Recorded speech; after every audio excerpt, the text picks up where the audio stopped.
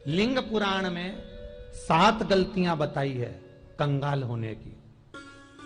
ये गलती अगर आपने भी करी है तो जिंदगी में कितना भी पुण्य करोगे उसका फल नहीं है। आज की कथा को लिखकर रखना, शायद तुम्हारी जिंदगी संवर जाए। लिंग पुराण में 7 गलतियां बताई है व्यक्ति को बर्बाद होने की। पहली गलती है, उसमें से अगर आप स्वीकार कर रहे हैं ये गलती तो समझ लो कि गलती आपने करी है। गंगा जल तो बुलवाया टैंकर भरकर, 21,000 बेलपत्र भी समर्पित कर रहे हो। आप मंदिर के अंदर बैठ गए, दर्शन करने वाला आता रहा, किसी को अंदर प्रवेश नहीं दिया। आप गंगा जल चढ़ाते रहे, आप बेलपत्र चढ़ाते रहे, आप स्वयं पूजन करते रहे, और दूसरा व्यक्ति ना जाने किस भाव से, किस रूप में आकर भगवान की सेवा करना चाहता था। पंडित जी ने आपके चक्कर में उसको जल नहीं चढ़ाने दिया, पंडित जी ने आपके चक्कर में उसको बेलपत्र नहीं चढ़ाने दिया। पहली गलती यह हो गई कि भगवान के भक्त को भगवान से दूर कर दिया गया। अब उठा लो श्रीमद् भागवत कथा।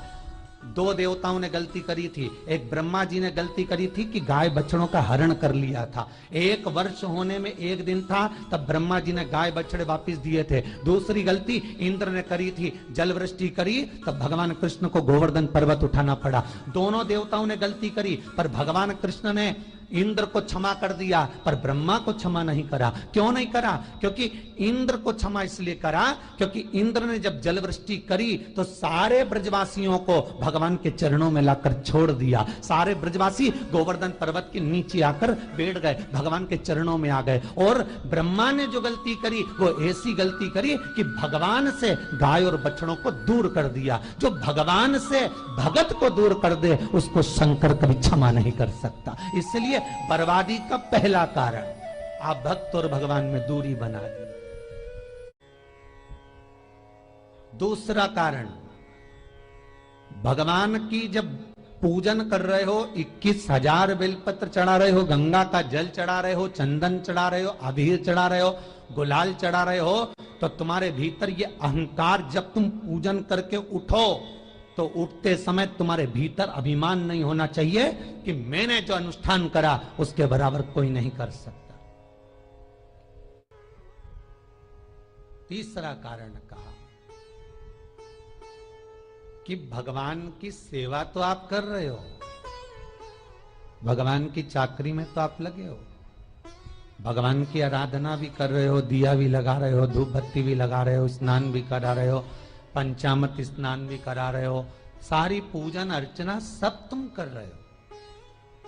पर हो सकता है इस पूजन अर्चना में आप केवल 3 घंटा पूजन करते हो और बाकी के समय किसी न किसी की जीवात्मा को दुख पहुंचा रहे हो। एक कथा में एक बात कही थी कि भले मंदिर में दिया मत लगाओ, भले मंदिर में जाकर धूप बत्ती मत जलाओ, भले मंदिर में जाकर भोग मत लगाओ, भले मंदिर में जाकर जल मत चढ़ाओ, कुछ मत करो, भले भगवान को नए कपड़े मत पहनाओ, भले तुम्हारी मर्जी पड़े भगवान को भोग मत लगाओ, पर शास्त्र कहता है कुछ मत करो, पर एक काम जरूर करना कि किसी के चेहरे पर प्रसन्नता ला देना तो मंदिर में दिया जलाने के बराबर होगा। किसी के चेहरे पर चमक ला देना, प्रसन्नता ला देना तो अगरबत्ती लगाने के बराबर होगा। किसी गरीबड़े के, किसी दुखी के चेहरे पर अगर तुमने प्रसन्नता ला दी तो वो भगवान को कपड़े पहनाने के बराबर होगा। मालूम पड़े तुम मंदिर में पूरी सब्जी बांटो, मंदिर में भोजन कराओ, मंदिर में सारा पकवान चढ़ाओ, और कोई तुम्हारे कारण अगर दुखी है तो तुम्हें वो सुख का भान नहीं हो सकता। तीसरा कारण है हमारा, वो सुख नहीं पी सकता। चौथा कारण है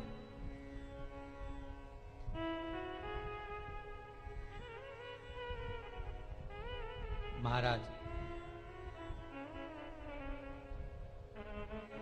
जिस मंत्र को पढ़ा जा रहा है, जिस मंत्र का स्मरण किया जा रहा है,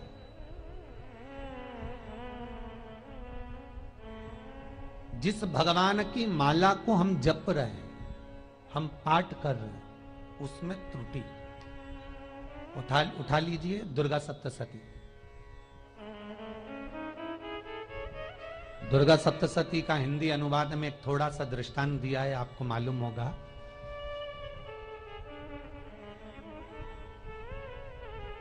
एक जजमान सप्तशती का पाठ कराते थे नवरात्रे में।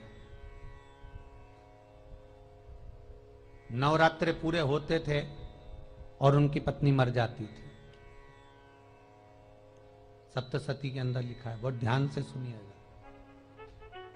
दुर्गा सप्तशती का पाठ कराते थे और पत्नी नवरात्रे के बाद 4 महीना 3 महीने के बाद मर जाती थी। बहुत दुखी था सेठ। एक शादी करी, दूसरी करी, तीसरी करी, चौथी करी, चौथी पत्नी भी मर गई। बहुत दुख हुआ। आज वो गुरुजी के पास चले गया, गुरुदेव, गुरुजी, गुरुदेव, गुरुदेव। गुरुजी बोले क्या हो गया? सेठ जी बहुत दिनों के बाद आ रहे हो, क्या बात है गुरुदेव? मेरे को एक बात समझ में नहीं आती कि मैं नवरात्रे में सप्तशती का पाठ कराता हूं, देवी जी का यज्ञ करवाता हूं, माता रानी को चूनर पहनाता हूं, उनको सुंदर बिछुड़ी, पायल, चुनड़ी सब पहनाता हूं, कन्याओं का भोजन करवाता हूं, भंडारा करवाता हूं, जवारे बोता हूं, अखंड ज्योत लगाता हूं, पर नवरात्रि जैसी पूरी होती है उसके 2 महीने 3 महीने बाद मेरी पत्नी क्यों मर जाती है? 4 पत्नियां मेरी मर चुकी हैं, 5वीं मैंने शादी करी है। गुरुदेव आप कृपा करिएगा, कुछ तो बता दीजिए, कुछ करुणा कर दीजिए। गुरुजी बोले जब तू सब कुछ अच्छा कर रहा है, जोत भी जला रहा है, कन्या भोज भी करा रहा है, चुनड़ी भी चढ़ा रहा है, भंडारा भी कर रहा है, जोत भी लगा रहा है, जवारे भी बो रहा है, माता रानी की सेवा भी कर रहा है, अखंड रात्रि व्रत कर रहा है, सब कुछ तूने करा, यज्ञ भी करा, फिर तेरी पत्नी क्यों मर सकती है? ऐसा हो ही नहीं सकता। नहीं गुरुदेव, मेरी 5वीं शादी है गुरुदेव, अब की बार आप कृपा करिए। गुरुजी ने कहा तेरे पंडित जी को अनुष्ठान पर बुला, मैं कमरे में बैठकर सुनूंगा सप्तशती का पाठ, तब मैं ध्यान करूंगा। गुरुजी अंदर के कमरे में जाकर बैठ गए, ब्राह्मण पाठ करना प्रारंभ करा और ब्राह्मण ने पाठ करना प्रारंभ करा। उसमें एक शब्द आ गया, भार्यंतु भक्षन्तु, भार्यंतु भक्षन्तु।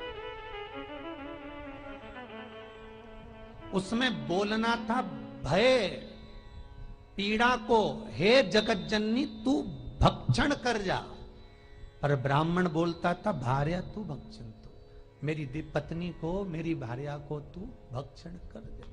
पंडित जी जैसे ही बोले, गुरुजी बाहर निकल कर आ गए। पंडित जी को रोका, रुकिए गुरुदेव, आप हर साल अनुष्ठान कर रहे हो जजमान के यहाँ और बोल देते हो भार्यंतु भक्षन्तु, हे देवी तू मेरी पत्नी को खा जा, तो माँ हर बार उस पत्नी को निगल जाती है। निवेदन है, शब्द सुधार लीजिए, शब्द ठीक है। चौथा कारण है कि आप जो पाठ कर रहे हो, आप जो पूजन कर रहे हो, आप जो अनुष्ठान कर रहे हो, उसमें कुछ ना कुछ गलती जरूर हो रही है। ये चौथा कारण है।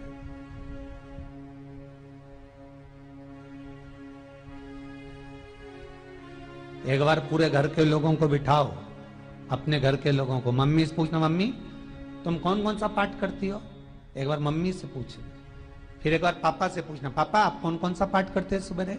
फिर बहू से पूछना, भाभी आप कौन कौन सा पाठ करती हो? फिर छोटी दुल्हन से पूछना, छोटी दुल्हन तुम कौन कौन सा पाठ करती हो? भैया आप कौन कौन सा पाठ करते हो? आप कौन कौन सा पाठ करते हो? पूछना। जब घर के अंदर बड़ी बहू अलग तरह का पाठ कर रही है, छोटी बहू अलग तरह का पाठ कर रही है, मंजली बहू अलग तरह का पाठ कर रही है, माँ अलग तरह का पाठ कर रही है, पति अलग तरह का पाठ कर रहा है, तो उसका जो प्रभाव है, कौन सी चीज कहां टकरा रही है, जिसके कारण घर में रोग इतना है कि कोई सही होने वाला ही नहीं है। अब तुम कहो कि सीवर वाले गुरुजी ने उपाय बताया, हमने बहुत करा, पर सही क्यों? तो सही क्यों नहीं हो रहा है? उसका कारण है या तो बड़ी बहू जो पाठ कर रही, या सास जो पाठ कर रही, या पति जो पाठ कर रहा है, नाते जो भी उस घर के अंदर रहकर जो पाठ अर्चना कर रहा है, उसमें जरूर कुछ ना कुछ ऐसा हो रहा है जिसके कारण वो काम नहीं कर पा रहे। उसमें कुछ ना कुछ गलती हो रही है जिसको तुम समझ नहीं पा रहे, जिसको तुम अपने आप को बहुत विचार करते हो कि मेरे बराबर कोई नहीं कर सकता, मैं शंकर की भगत, मैं राम की भगत, मैं कृष्ण की भगत, मैं जो करती हूँ बहुत अच्छा करती हूँ, मैंने जो किया बहुत अच्छा करा, पर हो सकता है उसी कारण आपको दुख झेलना पड़ रहा।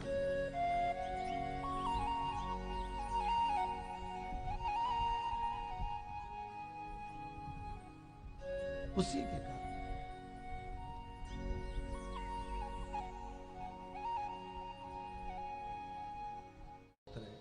महाराज, हमने जो दान किया, हमने जो पुण्य किया, हमने जो सत्कर्म किया, वो किस जगह पर लगा?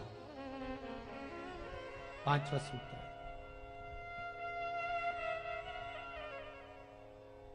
जो आप दान कर रहे हो, जो आप पुण्य कर रहे हो, सत्कर्म कर रहे हो, वो किस जगह पर लगा? ये पांचवा सूत्र। फिर निवेदन करेंगे, गाय, बेटी और लक्ष्मी 50 बार विचार करना, तब किसी को देना। बेटी किसी ऐसे को मत ब्याह देना जो जुआ खेलता हो, मदिरापान करता हो, मांसाहार करता हो, वेश्यावृत्ति करता हो। वो बेटी का सम्मान नहीं करेगा, बेटी रोएगी तो कन्यादान करने वाले को रोना पड़ेगा। दूसरे नंबर पर गौ माता, गाय ऐसे ब्राह्मण को दान मत देना कि ब्राह्मण के घर में खुद रहने की जगह नहीं और गाय को ले जाकर तुमने दे दिया और उस ब्राह्मण ने जब तक दूध दिया बांध कर रखा, एक तगाड़ी बाल्टी साड़ी के चक्कर में ले लिया, सोने के सींग के चक्कर में ले लिया और बाद में वही गाय कसाई के हाथ में बिक गई और कसाई ने काटा तो बद्दुआ तुमको लगी।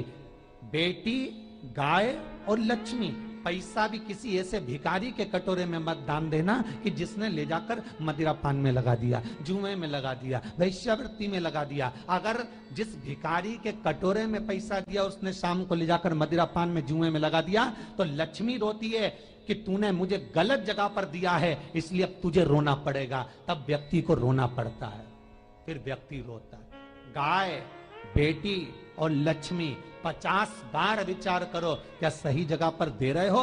और अच्छी जगह पर दोगे तो संपदा भी बढ़ती है, सुख आता है। अगर बेटी सुखी रहेगी तो मायके के लोग सुखी रहेंगे, गौ माता सुखी रहेगी तो संसार सुखी रहेगा। और आपने जो धन दिया, आपने जो पैसा दिया किसी भिखारी के कटोरे में, अगर उसने गलत जगह पर लगाया तो रोना तुमको पड़ेगा। किसी आजकल के भिक्षुकों को अगर रोटी दे दो तो लेते ही नहीं, आटा दो तो नहीं लेते।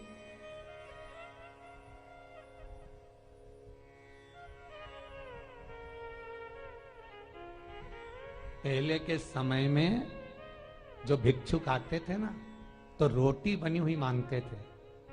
बूढ़ी बूढ़ी माताएं जानती होंगी, चिमटा बजाकर, घुंघरू बजाकर कहते थे भोजन, तो 2 रोटी निकाल कर दे दी जाती थी घर से। लो बाबा, तो माता इतना प्रेम रखती थी, केवल रोटी नहीं देती थी, बाबा बैठो हम सब्जी लाकर देते। इतना प्रेम था बुजुर्ग माताओं का, बैठो। और आज के जमाने में अगर रोटी दे दो तो फेंक दे नली में ले जाके, पैसा चाहिए। क्यों? शाम को पीने के लिए चाहिए ना, मदिरा पान के लिए, मांसाहार के लिए, जुए के लिए, वैश्यावृत्ति के लिए धन चाहिए।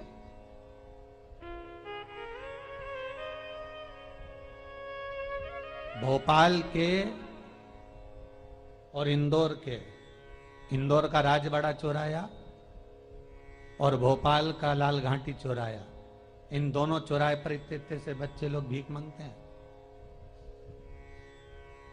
और उनकी माताएं और उनके पिता रोड के किनारे पर चिलम लगाते बैठे रहते हैं, पांव लंबे करके पड़े हैं और ये कमा कमा के उनको दे रहे हैं। और धन्य हैं ऐसे लोग जो उनको दान भी दे देते हैं। जिसको जरूरत है उस तक कुछ नहीं पहुंचता। अभी भी 4-6 महीने लॉकडाउन चला, जिसको जरूरत थी एक रोटी की उस तक कुछ नहीं पहुंचा, और जिसके पास में पहले से भरा हुआ था उसने और ले जाके भर लिया। जिसको जरूरत थी उस तक नहीं पहुंचा। अभी ठंड आ रही है, बहुत सारी संस्थाएं कंबल बांटेगी, रेलवे स्टेशन पे लोगों को कम्बल उड़ा रहे हैं, कोई सो रहा है जमीन पर उसको कम्बल उड़ा रहा है, बस स्टैंड पे चले गए कोई रोड पे सो रहा है कम्बल उड़ा रहा है, तो इतना बड़ा नाम चलेगा कि उनने कम्बल उड़ाए, कम्बल उड़ाए, कम्बल उड़ाए। और वो कम्बल जिसको उड़ाया वो दूसरे दिन जाकर कपड़े की दुकान पर बेच के आ गया, 200 रुपए लिया है, रात को पीकर फिर सो गया, क्योंकि फिर कहीं कहाँ आएगा, फिर उड़ा के चले जाएगा, क्योंकि इन्होंने तो ये करके रखा है कि नाम कमाना है तो कम्बल उड़ाए जाओ। जिसको जरूरत है वहां तक सामान नहीं पहुंचता भाई, जिसको जरूरत है वहां तक सामग्री नहीं पहुंचती भाई। आपने दिया और उन्होंने ले जाकर बेच दिया, और फिर सोचते हो कि मैंने तो पुण्य करा है। कई लोग कहते हैं मैंने दान करा, मेरे को इतना फल मिलेगा। काहे का दान करा? ऊपर तो जा, यमराज के डंडे पड़ेंगे।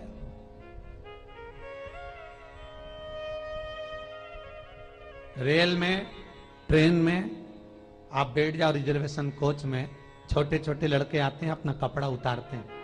सही बोलना रे भाई, जितने लोग टीवी पर कथा सुन रहे हो, छोटे छोटे बच्चे अपना कपड़ा उतारेंगे और पोछा लगाएंगे रेल की बोगी में।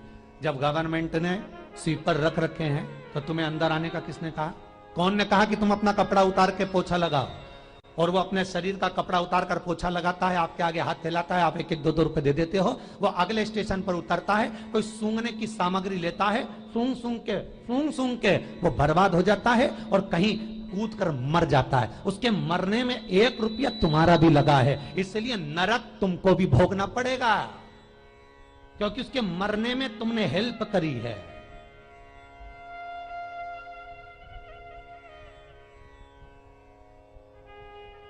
तुमने तो रुपया दिया था भोजन करने के लिए, उसने कोई सूंघने की सामग्री ले ली और सूंघ सूंघ के नशे में मर गया। उसके मरने में 2 रुपए तुम्हारे हैं, 1 रुपए तुम्हारा है, तो भोगना तो तुमको भी पड़ेगा ना।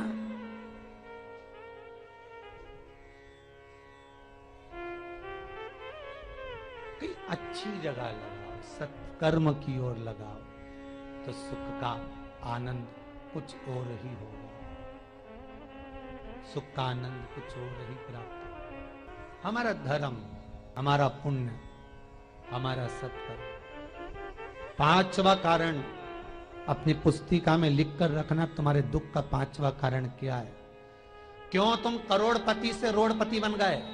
तुम्हारे यहां पर 4-4, 5-5 गाड़ी थी, खूब वैभव था, खूब धन था, फैक्ट्रियां चल रही थी, सत्ताएं चल रही थी, खूब सत्ताएं थी, खूब वैभव था, खूब धन था, पर कुछ भी नहीं, सब धरा की धरा रह गए सारा, कोई वैभव बचा ही नहीं।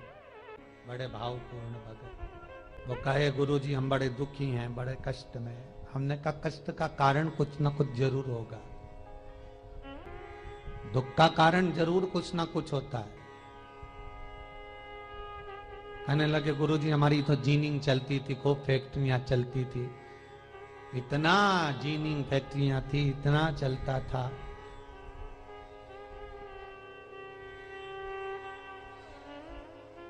इतनी जीनिंग चलती थी, इतनी फैक्ट्रियां चलती थी, गुरुदेव बहुत दुखी हो गए। हमने कहा दुख का कारण, जो ये 7 कारण है शिव महापुराण के, लिंग पुराण में जो 7 कारण बताए हैं दुख आने के, जब फैक्ट्रियां अच्छी चल रही, जीनिंग अच्छी चल रही, व्यापार अच्छा चल रहा है, तो 7 कारण बताए हैं कि आप उन 7 कारण में से कोई कारण आपके साथ में हुआ है जिसके कारण आप रोड पर आ गए, करोड़पति से रोडपति बन गए। कभी कभी नगर में, गांव में सभी का व्यापार एक साथ समाप्त हो जाता है। कभी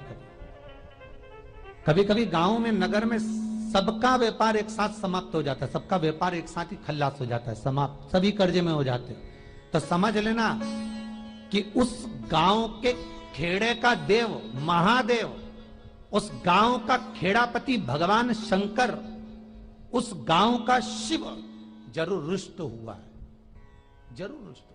उसको मनाने का प्रयास करो, जिससे अपनी नगर, अपना गांव फिर उन्नति की सीढ़ी पर चढ़ जाए। 5वां कारण मंत्र जाप को, अर्थात तुम्हारा फिर निवेदन, गाय, बेटी और लक्ष्मी 50 बार विचार करना, तब देना, नहीं तो मत दे, मत दीजिए। और महाराज भगवान शिव की कथा का छठा कारण बता, हमारे दुख का कारण छठा कारण।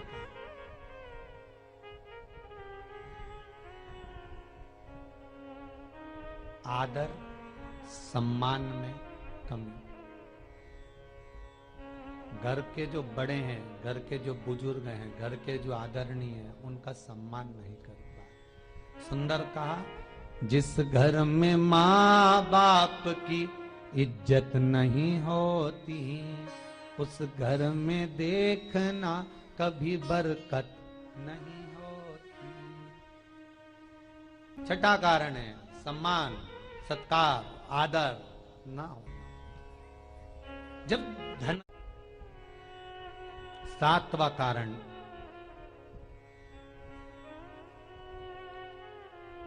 ये अंतिम कारण है। जितने लोग कर्जे में, लदालू में, जितने लोग दुखी हैं, जितने लोग तकलीफ में, आज की कथा को बहुत दिल से सुनना, अपनी गलती को जरूर छांटना।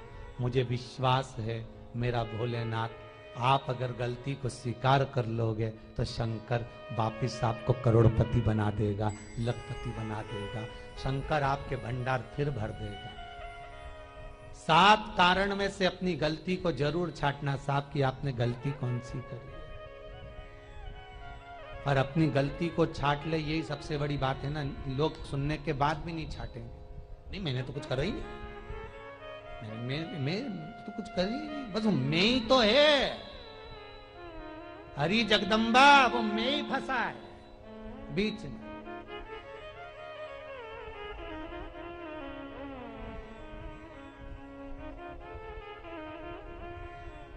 सातवां कारण,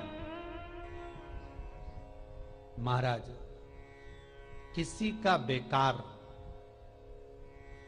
धन हमारे घर में आ जाए।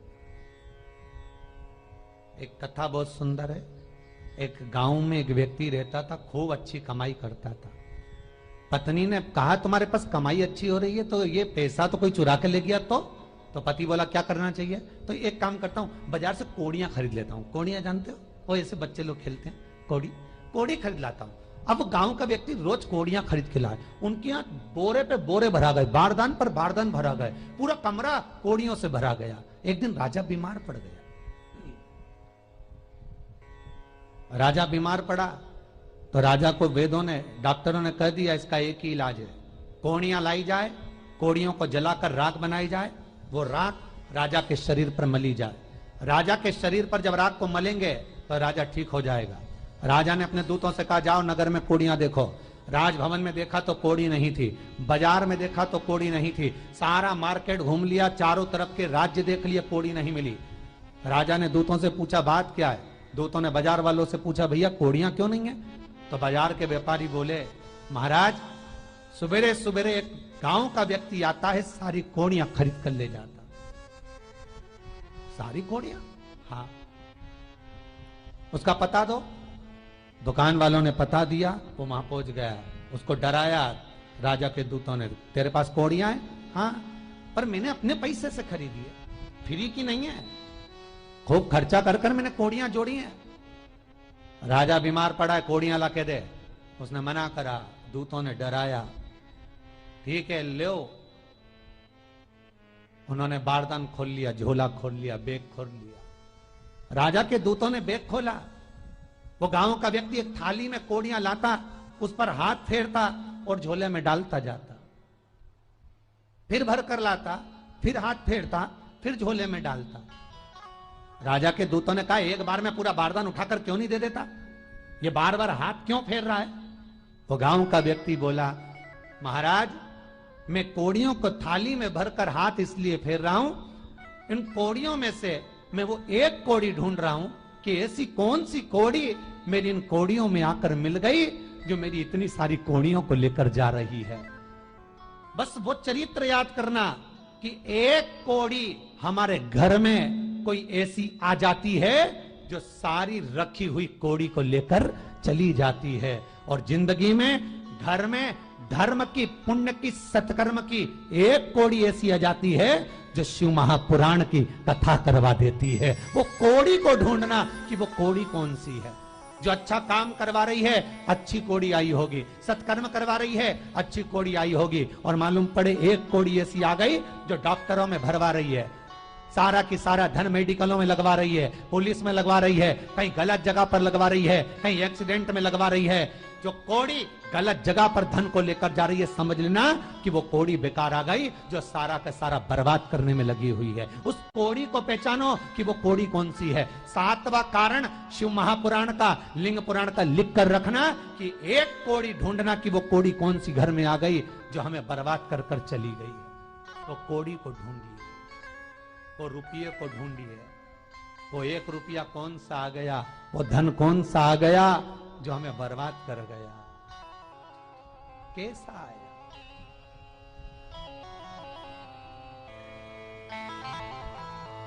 धन कौन सा आ गया ऐसा जो हमें बर्बाद कर दे।